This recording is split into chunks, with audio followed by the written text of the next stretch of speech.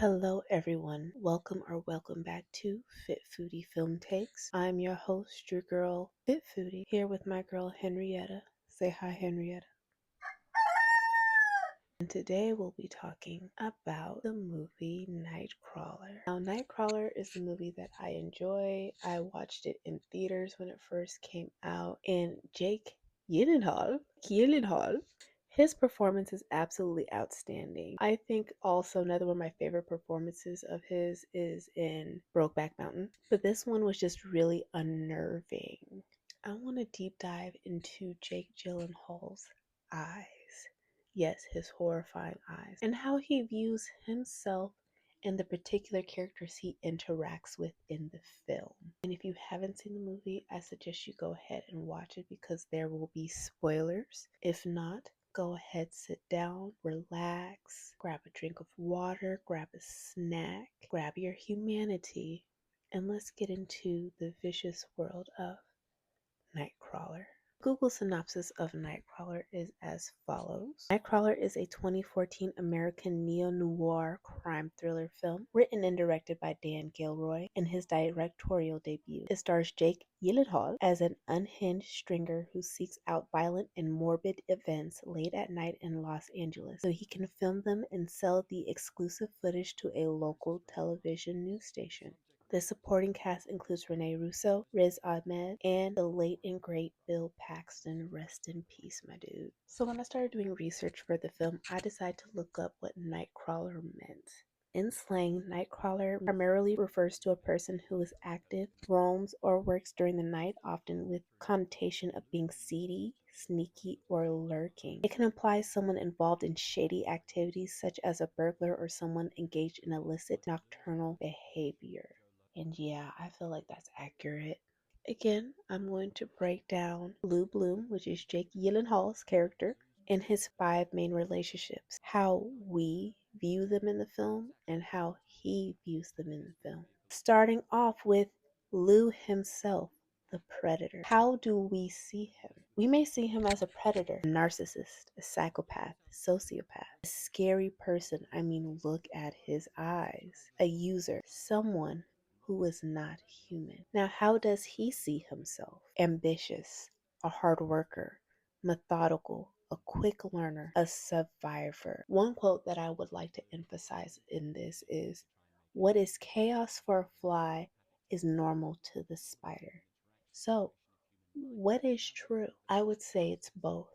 To lose credit, and mind you, I don't give him a lot, but he does have some gems here. Lou makes sense of knowing your worth, setting boundaries, showing up for yourself, and finding solutions. All these things I feel like is useful for anyone.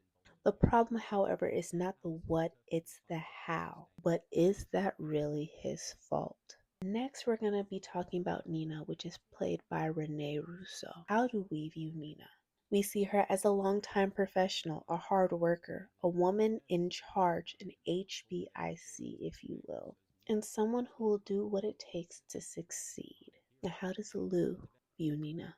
As a tool, a means for success, a means for pleasure, a compass for his viciousness, a path up the ladder, someone desperate who he can control. Now, one thing Lou knows how to do very well is to exploit people. And most people from the outside would see Nina and think that she is in control. She is the one who's in charge of everyone else, which is partially true. But Lou does his research. That's one thing Lou knows how to do, is to look something up. He said Google is free and I'm going to use it. And he did his research on Nina, and he can smell, just like a coyote, her desperation. And I want to go and talk about the time where they meet at the cantina for those who have watched it. That time at that cantina, the whole reason he invited her there was so he forced Nina to show her cards, knowing that she needed him. Needed him for what, you say? For her job, for her payola. With that, he can negotiate whatever he wants in order to keep her employed. Again, even though he is not above her in that industry, He knows what she needs in order to still be successful. And so he uses his power and his reputation to hold her in a space that he wants her. And again, that's very abusive behavior. If someone is exploiting you because they know that that's how you eat, that that's your job, that you need that to survive. And as you go on in the film, especially at the end, after his partner dies, there's this weird sexual connection between the two. And remember, Lou fostered that. He knew he could turn her on by what? Showing his dedication to be brutal, to be vicious, and to give that to Nina personally so that she can make a buck and continue having her power and her source of income. Very interesting aspect between the two. Next, we're going to talk about his employee, Rick. And how do we view Rick? We see him as poor, desperate, has some morals, lack of ambition, a survivor. How does Lou view him? Desperate, a prostitute. Now, look, sex work is real work. I just find it funny how Lou comes at Rick in the scene in the diner talking about him tricking. You're homeless. I was for a while. You trick. Worked the street? No. Wasn't a question. I'm straight. Plenty of straight guys trick. Do you have a driver's license? Lou, why would you say that? Like, it's really not his business, but again, it's about power and control. He views him with low self-confidence, someone he can manipulate and mold, a toy he can control and exploit, not a partner but a servant, someone easily disposable. Rick is everything Lou hates about people in society. Lou has an aversion to any kind of weakness, and he thinks of Rick as weak. And in a sense, they're two sides of the same coin. They're both not wealthy. They both are struggling to make it. They both are taking odd jobs to make some money. But what Lou decides to do with his situation versus what Rick decides to do with his situation are two different things. It's an interesting contrast.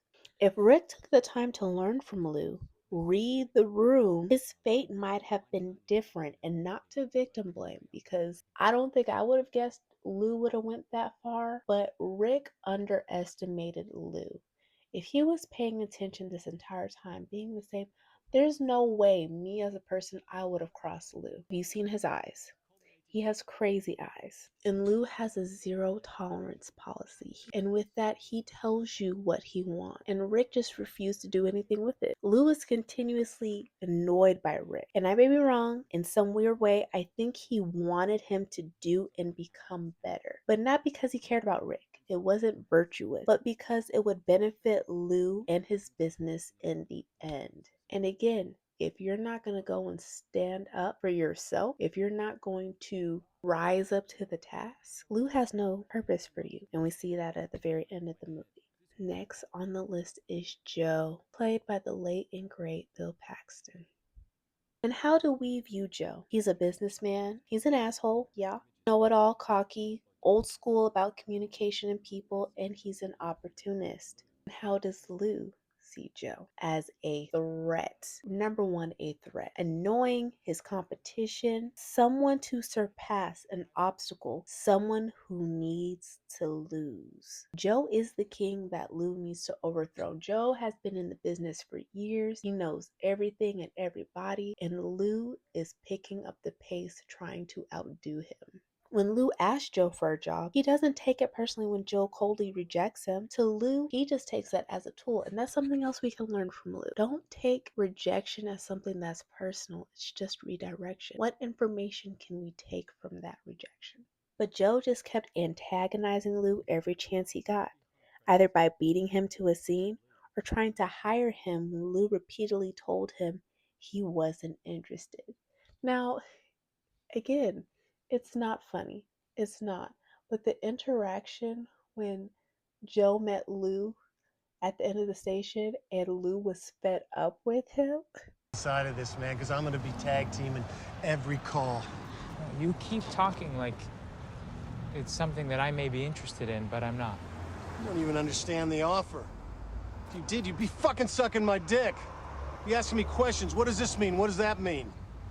I feel like grabbing you by your ears right now and screaming in your face, I'm not fucking interested.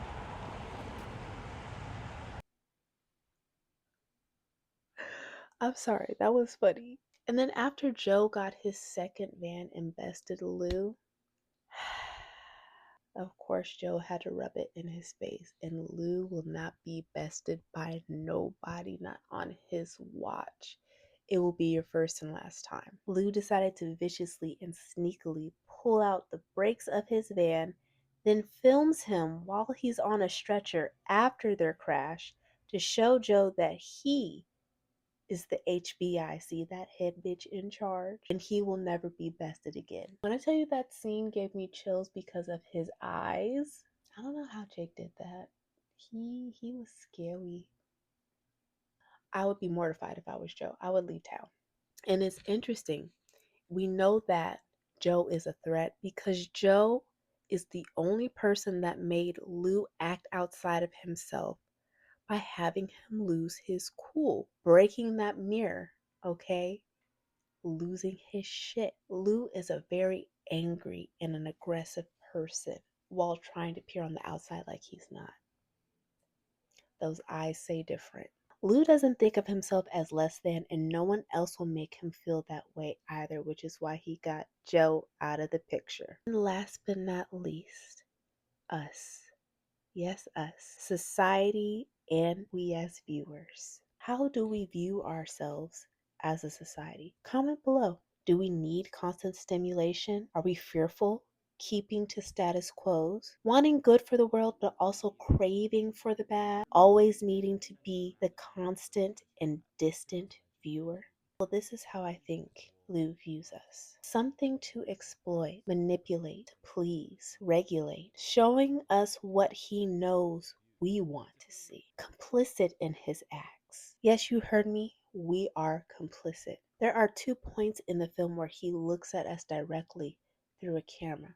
First, when he's at the station and he goes and we see him through the camera looking directly at us. And then secondly, at the police station, where he turns his head and he looks up directly at us. He can see us and he knows we can see him, and we watch. We become fascinated, curious, disgusted even, yet we don't look away. I know I didn't. And he knows. He tells us with his creepy ass eyes. Without us, there is no him. And we comply by silently accepting his atrocities. We judge him, we judge Nina, we judge Rick, we judge Joe for their bad behavior or their manipulative behavior or their complacent behavior, right? But they do everything they do for us. And so, in the end, what does that say about us? Who we are, what we choose to look at and turn a blind eye to? And are we any better than them? Are we? Is their blood on all of our hands? And that's why I love this movie, because it makes me ask these questions. I still don't know the answer to them, to be honest. Sometimes I say yes, sometimes I say no, because I feel like when we see bad things happening around us, not even on a global scale, just around us, what do we choose to do? Take out our camera, laugh, watch? But are we actually doing anything to stop any type of brutality of any fight? Are we any better? Is there a way to reflect on this movie and want to do better? Do we enable each other's bad behaviors? I don't know. What do you think, Henrietta?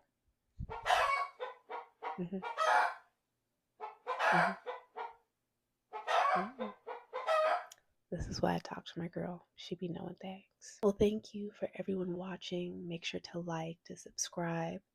Again, if you have any thoughts on this matter, please leave it in the comments below. Any movies you would like for me to review, let me know as well. And thank you for watching. Make sure you eat well, drink well, rest well, move your body. And until next time, ciao.